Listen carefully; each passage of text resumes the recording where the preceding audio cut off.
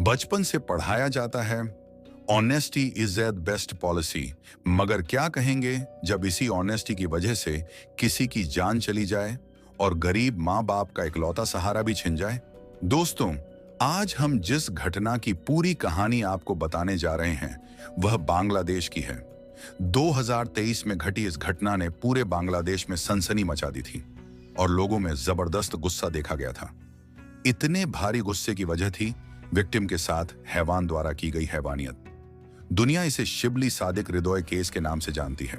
तो आखिर इस शिबली सादिक हृदय केस की पूरी कहानी क्या है? इस कहानी का ईमानदारी से क्या लेना देना था और आगे इस केस में क्या कुछ हुआ? चलिए जानते हैं सब कुछ सिलसिलेवार तरीके से। इस वीडियो में इस केस के एक आरोपी के साथ जो कुछ भी वहां की आम जनता ने किया था वह जानकर आप भी हैरान रह जाएंगे। तो वीडियो में आखिर तक जरूर बने रहे। कहानी में आगे बढ़ने से पहले जल्दी से चैनल को सब्सक्राइब कर बेल आइकन जरूर दबा लीजिए। दोस्तों, जैसा कि हमने शुरू में बताया, यह कहानी बांग्लादेश की है। इस कहानी का मुख्य किरदार है 20 साल का एक बंगाली लड़का शिबली सादिक हृदय। शिबली का जन्म बांग्लादेश के चट्टोग्राम नाम की जगह पर हुआ था। इसका संबंध एक बेहद ही गरीब परिवार से था। माता पिता बड़ी मुश्किल से 2 वक्त की रोटी जुटा पाते थे। पेशे से शिबली के पिता एक ट्रक ड्राइवर थे। भले ही शिबली एक गरीब परिवार से संबंध रखता था, मगर पढ़ाई लिखाई में यह तेज था। अपनी पढ़ाई जारी रखते हुए शिबली कॉलेज में एडमिशन ले लेता है। शिबली को अच्छे से पता था कि उसके परिवार की हैसियत उतनी नहीं है कि कॉलेज की फीस अब समय पर दे पाए, इसलिए परिवार पर बोझ ना बनते हुए शिबली पास के ही एक चिकन फार्म पर बतौर मैनेजर काम करने लगता है। इस चिकन फार्म पर शिबली के अलावा 6-7 लोग और काम करते थे। उन सभी में शिबली की उम्र सबसे कम थी। क्योंकि शिबली पढ़ा लिखा था, इसलिए फार्म की पूरी जिम्मेदारी फार्म के मालिक द्वारा शिबली को ही दे दी जाती है। इसलिए वहां काम करने वाले सभी लोग शिबली के ऑर्डर के अकॉर्डिंग ही काम करना शुरू कर देते हैं। रोजाना सुबह शिबली काम के लिए अपने घर से निकलता था और शाम होने तक काम खत्म करके घर वापस चला जाता था। मगर 28 अगस्त 2023 को ऐसा नहीं होता है। शिबली सुबह काम पर तो आता है, लेकिन देर शाम हो जाती है। वह वापस घर नहीं जाता है। देर होने पर शिबली के परिवार वालों को शिबली की चिंता होने लगती है, इसलिए वह शिबली को फोन करने का प्रयास करते हैं, मगर मोबाइल स्विच ऑफ आता है। फिर यह लोग शिबली के कुछ जानने वालों को फोन करके उसके बारे में जानकारी हासिल करते हैं, मगर कहीं से कोई भी जानकारी नहीं मिलती है। अब परिवार वाले शिबली का इंतजार कर ही रहे थे कि रात में अचानक शिबली की मां नाहिद अख्तर के मोबाइल पर शिबली का फोन आता है। बहुत ही घबराई हुई आवाज में रोते हुए शिबली अपनी मां से कहता है, कुछ लोगों ने मुझे किडनैप कर लिया है। ये लोग जितना पैसा मांग रहे हैं उन्हें दे दो और मुझे बचा लो। शिबली की मां आगे कुछ कह पाती उससे पहले ही फोन कट हो जाता है। उसके बाद यह लोग शिबली से कांटेक्ट करने की कोशिश करते रहते हैं, मगर कांटेक्ट नहीं हो पाता है। फिर कुछ घंटे बाद एक बार फिर से अनजान नंबर से फोन आता है। इस बार फोन करने वाला व्यक्ति कहता है, अगर तुम अपने बेटे को जिंदा वापस चाहती हो तो 15 लाख बांग्लादेशी टके का इंतजाम कर लो। शिबली के परिवार के लिए 15 लाख एक बहुत बड़ी रकम थी। फिर भी ये लोग कोशिश करते हैं, मगर काफी कोशिश के बाद भी शिबली के पिता बड़ी मुश्किल से 2 लाख का ही प्रबंध कर पाते हैं। अगली बार जब किडनैपर फोन करता है तो शिबली के पिता कहते हैं, मैं 15 लाख का तो नहीं बल्कि 2 लाख का इंतजाम कर पाया हूं, इसीलिए आप फिरौती की रकम कम कर दें। शिबली के पिता की बात किडनैपर मान लेता है और अब फिरौती के रूप में 2 लाख की डिमांड करता है। जब शिबली के पिता पैसा देने के लिए रेडी हो जाते हैं तो किडनैपर उन्हें 4 सितंबर 2023 को बंदरबांट के एक लोकेशन पर बुलाता है। शिबली के पिता बताई गई लोकेशन पर पहुंच जाते हैं। फिर किडनैपर पैसे लेकर चला जाता है। जाते जाते किडनैपर धमकी देता है, अगर तुमने पुलिस वाले को या किसी को भी इस बारे में बताया तो तुम्हारा बेटा मारा जाएगा। पैसे लेने के बाद किडनैपर यह भी कहता है, शाम तक तुम्हारा बेटा घर चला जाएगा। यह सुनकर परिवार वाले थोड़ी राहत की सांस लेते हैं और बेटे के घर वापस आने का इंतजार करते रहते हैं, मगर उनका इंतजार था कि खत्म होने का नाम ही नहीं ले रहा था। होते होते कई घंटे बीत जाते हैं, मगर शिबली नहीं आता है। वैसे तो किडनैपर ने परिवार वालों से पुलिस को कुछ भी बताने से मना किया था, मगर जब पैसे देने के 3 दिन बाद भी शिबली वापस नहीं आता है तो अब परिवार वाले पुलिस के पास जाने का फैसला करते हैं। परिवार वालों की शिकायत पर राउजन पुलिस स्टेशन में शिबली की किडनैपिंग का केस दर्ज कर लिया जाता है। पुलिस वाले अपनी जांच की शुरुआत शिबली के परिवार वालों से ही पूछताछ करते हुए करते हैं। शुरुआती पूछताछ के दौरान शिबली की मां पुलिस वालों को बताती है कि शिबली जिस पोल्ट्री फार्म में काम किया करता था, वहीं काम करने वाले कुछ साथियों के साथ कुछ महीने पहले उसका झगड़ा हुआ था। परिवार वालों के इस बयान के बाद पुलिस वाले सबसे पहले उस पोल्ट्री फार्म पर काम करने वाले मजदूरों की ही तलाश में लग जाते हैं। एक के बाद एक कुल 6 मजदूरों को गिरफ्तार किया जाता है। पहली गिरफ्तारी 10 सितंबर को हुई थी। गिरफ्तार किए गए मजदूरों में उमोंग चिंग मामा, स्विशिंग मुंग मामा, अंगत मुंग मामा तथा उक्याथमई मामा शामिल थे। इनके अलावा पुलिस 2 और व्यक्ति को गिरफ्तार करती है। 3 गिरफ्तार किए गए सभी आरोपी बांग्लादेश में अल्पसंख्यक की कैटेगरी में आने वाले मामा संप्रदाय से थे। जब इन सभी से पूछताछ शुरू होती है तो एक एक करके सभी आरोपी पुलिस के सामने शिबली के बारे में कुछ भी जानने से इनकार करते हैं। लेकिन जब पुलिस वाले इन आरोपियों से कड़ाई के साथ पूछताछ शुरू करते हैं तो गिरफ्तार किए गए 6 व्यक्ति में से एक कहता है कि हमने सब कुछ उमोंग चिंग मामा के कहने पर किया है।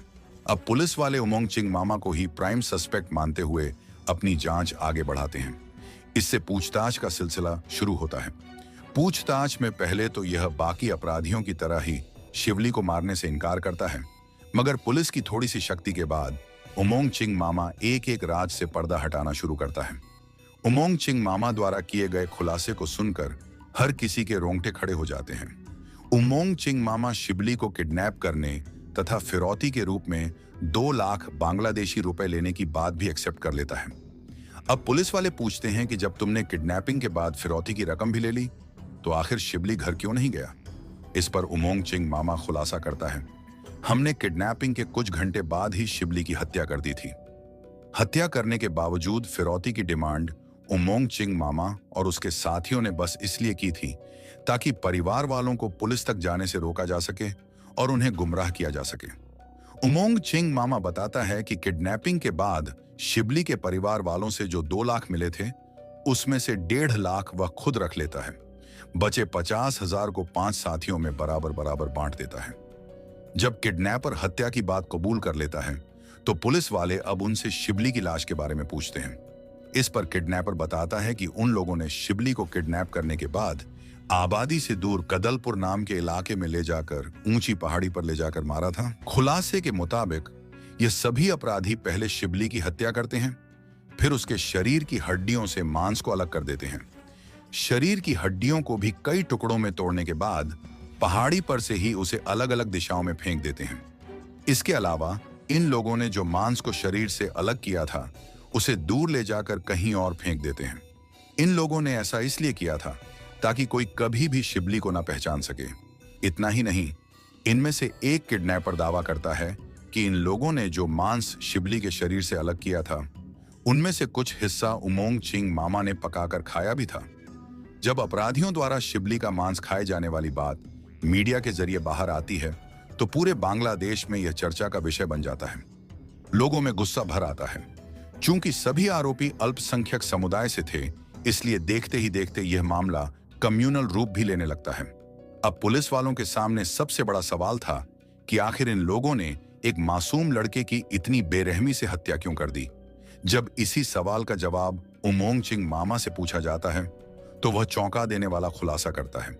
खुलासे के मुताबिक जब शिबली अपनी नौकरी की शुरुआत इस पोल्ट्री फार्म में करता है तो वहां काम करने वाले बाकी मजदूर शिबली की बातों पर बहुत ज्यादा ध्यान नहीं देते हैं। अक्सर ये लोग काम में चोरी किया करते थे, मगर मैनेजर होने के नाते शिबली इन लोगों को हमेशा समझाया करता था। शिबली के कई बार समझाने के बावजूद बाकी के मजदूर काम पर ध्यान नहीं देते थे और चोरी करना जारी रखते थे। इस पर शिबली एक दिन सभी को चेतावनी देता है, अगर तुम लोग नहीं सुधरे तो मैं तुम लोगों के खिलाफ एक्शन लूंगा और इसकी शिकायत पोल्ट्री फार्म के ओनर से भी कर दूंगा। इसी बात पर उमोंग चिंग मामा और उसके बाकी साथियों तथा शिबली के बीच झगड़ा हो जाता है। इस झगड़े की जानकारी पोल्ट्री फार्म के ओनर तक भी चली जाती है। फिर एक दिन ओनर शिबली तथा वहां काम करने वाले बाकी मजदूरों को बुलाता है और उनसे कहता है, शिबली यहाँ का मैनेजर है और वह जैसा कहेगा तुम लोगों को उसके अकॉर्डिंग ही काम करना है। यहाँ पर ओनर सभी मजदूरों को मिलजुल कर और बिना झगड़े के काम करने की भी चेतावनी देता है। अब बाकी मजदूरों को शिबली के अनुसार ही काम करना पड़ता है, मगर ईमानदारी से काम करने में उन लोगों का मन नहीं लगता है और वह लोग शिबली को बीच से हटाने के बारे में सोचने लगते हैं। इसी प्लानिंग के दौरान उमोंग चिंग मामा अपने बाकी साथियों को किडनैपिंग वाला आइडिया देता है। बाकी साथी उमोंग चिंग मामा की इस सलाह को मान लेते हैं और फिर शुरू में हुई लड़ाई झगड़े के लगभग 2 महीने बाद उमोंग चिंग मामा और उसके साथी पोल्ट्री फार्म से ही शाम में शिबली को किडनैप कर लेते हैं। किडनैपिंग के बाद यह सभी शिबली के परिवार वालों से फिरौती की डिमांड करते हैं। इन लोगों का मकसद फिरौती के जरिए मोटा पैसा कमाना था, मगर इन लोगों के मंसूबों पर तब पानी फिर जाता है जब शिबली उमोंग चिंग मामा और उसके साथियों को पहचान लेता है। अब इन लोगों को डर सताने लगता है कि अगर हमने फिरौती की रकम लेने के बाद भी शिबली को रिहा कर दिया तो यह सभी को किडनैपिंग के बारे में बता देगा और हम सभी पकड़े जाएंगे। इसलिए उमोंग चिंग मामा अब अपने साथियों से शिबली को जान से मारने के लिए कहता है। फिर वहां मौजूद 2 अन्य व्यक्ति शिबली को जोर से पकड़ते हैं और उमोंग चिंग मामा शिबली का गला दबाता है और तब तक दबाए रखता है जब तक कि शिबली की सांस थम नहीं जाती है। हत्या करने के बाद सबूत मिटाने के लिए पहले यह सभी शिबली के शरीर से मांस को अलग करते हैं और फिर हड्डियों को पहाड़ी पर ले जाकर अलग अलग दिशाओं में फेंक देते हैं, जबकि मांस को दूसरी जगह पर ले जाकर फेंकते हैं। इतना सब कुछ करने के बावजूद ये शिबली के परिवार वालों को फिरौती के लिए बार बार फोन करते हैं ताकि परिवार वालों को गुमराह किया जा सके और उन्हें पुलिस तक जाने से रोका जा सके। मगर इन लोगों का यह प्लान काम नहीं करता है और आखिरकार शिबली के माता पिता पुलिस की शरण में चले जाते हैं और यह सभी पकड़ में आ जाते हैं। आरोपियों द्वारा किए गए इन सभी खुलासे के बाद पुलिस वालों की कई टीम उस पहाड़ी तक जाती है जहां पर अपराधियों ने शिबली की हत्या करने का दावा किया था। फिर यहां सर्च अभियान चलाया जाता है। सर्च अभियान के दौरान कई घंटों की मशक्कत के बाद फाइनली पुलिस वालों को शिबली के शरीर की कुछ कंकाल मिलते हैं। इसी बीच क्राइम सीन पर अब कुछ ऐसा होता है जिसकी उम्मीद किसी को भी नहीं थी। जैसा कि हमने बताया, आरोपियों द्वारा किए गए खुलासे के बाद बांग्लादेश में बड़े स्तर पर मीडिया में इस न्यूज को कवर किया गया था। आरोपियों द्वारा शिबली के साथ की गई हैवानियत की खबर ने लोगों में गुस्सा भी भर दिया था। इसीलिए जैसे ही आसपास के लोगों को पता चलता है कि पुलिस आरोपियों को लेकर क्राइम सीन तक सबूत इकट्ठा करने के लिए आई है, तो बड़ी संख्या में आसपास के इलाकों में रहने वाले आम लोग यहां जमा हो जाते हैं। जब पुलिस वाले शिबली का कंकाल बरामद कर लेते हैं और वहां से उमोंग चिंग मामा समेत बाकी आरोपियों को लेकर जाने लगते हैं, तभी वहां पर मौजूद सैकड़ों की भीड़ अचानक से पुलिस की गाड़ी पर धावा बोल देती है और पुलिस की पकड़ से इस पूरे मामले के मुख्य आरोपी उमोंग चिंग मामा को अपने कब्जे में ले लेती है। पुलिस उमोंग चिंग मामा को बचाने का पूरा प्रयास करती है, मगर सैकड़ों की भीड़ इतनी तेजी से उमोंग चिंग मामा पर टूट पड़ती है कि देखते ही देखते बस कुछ मिनट के अंदर उमोंग चिंग मामा वहीं पर भीड़ द्वारा किए गए अचानक हमले की वजह से दम तोड़ देता है। मुख्य आरोपी की मौत भीड़ के हमले में हो जाती है, जबकि पुलिस वाले किसी तरह बाकी आरोपियों को वहां से लेकर निकलने में कामयाब हो जाते हैं। बाकी जिंदा बचे आरोपियों के खिलाफ जांच आगे बढ़ती है और फिर मिले सबूत के आधार पर उन लोगों पर किडनैपिंग और हत्या की धाराओं के तहत मामला दर्ज करते हुए मामले की सुनवाई शुरू होती है। पुलिस की इन्वेस्टिगेशन में पूरे मामले में मर चुका उमोंग चिंग मामा ही मुख्य साजिशकर्ता साबित होता है। पुलिस वालों को कई ऐसे एविडेंस भी मिलते हैं जिससे पता चलता है कि शिबली की हत्या में सबसे अहम रोल उमोंग चिंग मामा का ही था। हालांकि शुरू में मामा द्वारा शिबली का मांस खाने से संबंधित जो खबर मीडिया में आई थी, वो पुलिस की जांच में सही नहीं पाई जाती है। पुलिस के मुताबिक जांच के दौरान उमोंग चिंग मामा द्वारा शिबली का मांस खाने से संबंधित कोई सबूत नहीं मिलता है। अब केस की मौजूदा स्थिति की बात करें तो इस मामले की सुनवाई अभी भी अदालत में चल रही है। आने वाले समय में अपराधियों को अदालत द्वारा सजा भी मिल जाएगी। अब बाकी आरोपियों को क्या सजा मिलती है वह तो आने वाले समय में ही पता चलेगा। वैसे आपके अनुसार अपराधियों को क्या सजा मिलनी चाहिए, कमेंट बॉक्स में जरूर बताएं। अगर आपको हमारी मेहनत पसंद आई हो तो इस वीडियो को लाइक और शेयर जरूर करें। अगर आपने अब तक चैनल को सब्सक्राइब नहीं किया है तो जल्दी से चैनल को सब्सक्राइब कर बेल आइकन जरूर दबा लीजिए। क्राइम की दुनिया से जुड़ी ऐसी ही कहानियों के लिए हमारे साथ जुड़े रहे। धन्यवाद।